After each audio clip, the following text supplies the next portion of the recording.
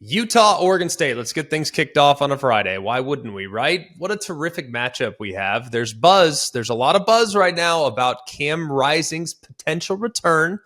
We know that this game still, though, even regardless of the quarterback play, whether or not he plays or not, we know the game's going to be decided between these two teams at the line of scrimmage. The line's interesting, I might add.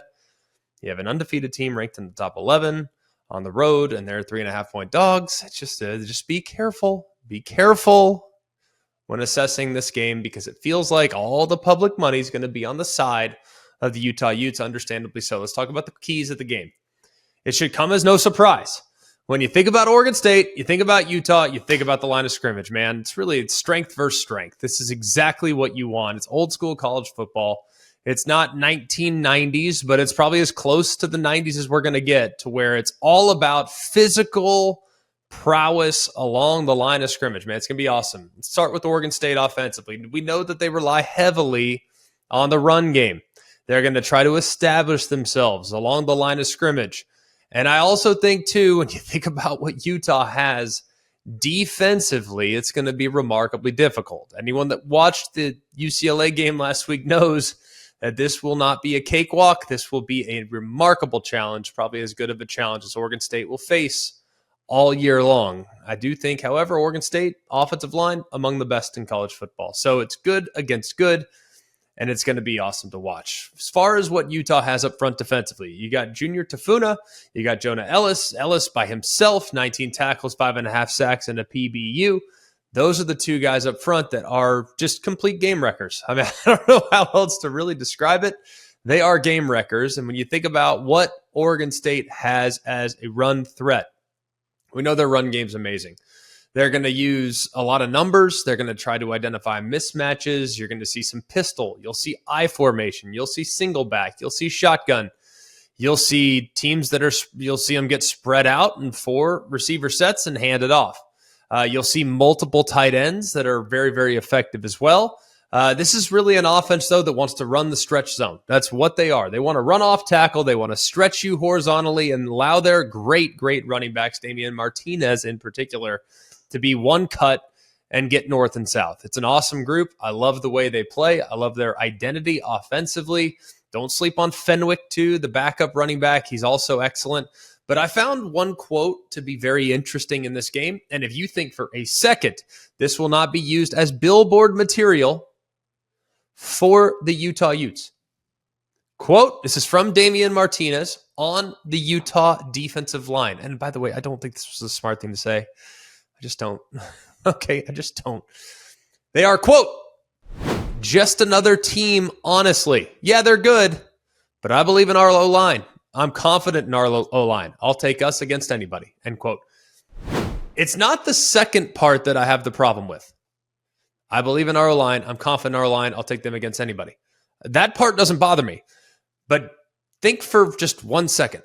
You think Kyle Whittingham maybe brought this to his defense's attention? Quote, they're just another team, honestly, end quote. Well, back-to-back Pac-12 champs, couple of Rose Bowl appearances, and a defense right now that's given up 51 yards a game on the ground. So probably wouldn't have said that. Just saying, okay.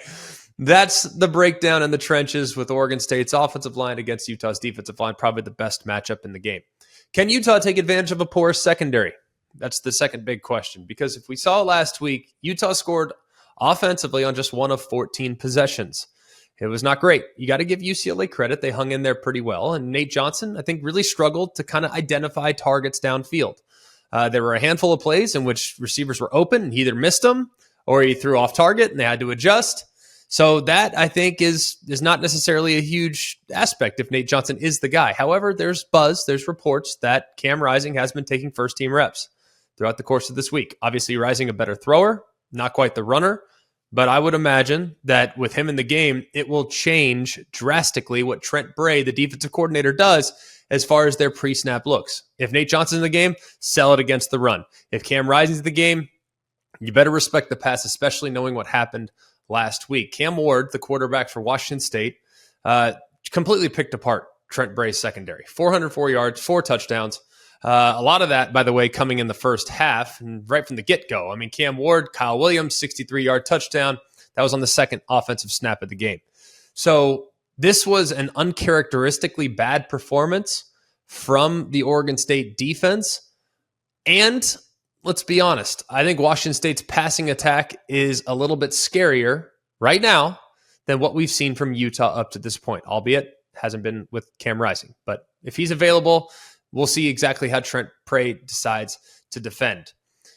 The other question in this game is, can DJ Uiagalelei get it done? All right. We know that outside of the 50-yard bomb last week to Silas Bolden, the passing attack was kind of stagnant and a little bit sloppy. Now, they found themselves a little bit at the end of the game, but this is not really a group that is going to be built to play from behind. And obviously, Washington State, they get out, have a great first half. Cam Ward in the first half, 19-20, absolutely unconscious, and it put a lot of pressure on DJ Uiagalelei to kind of climb his way back into the game.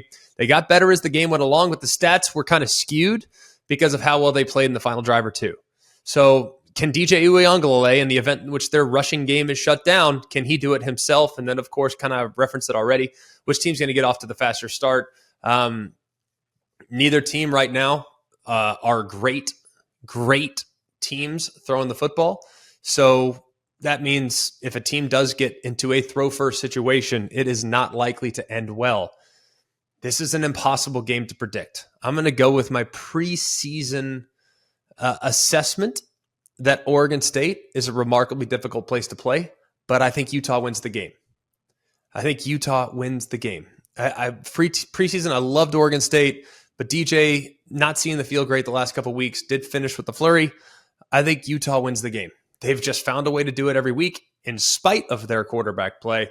If Cam Rising returns, which I think he will, this is a game I think they will probably get.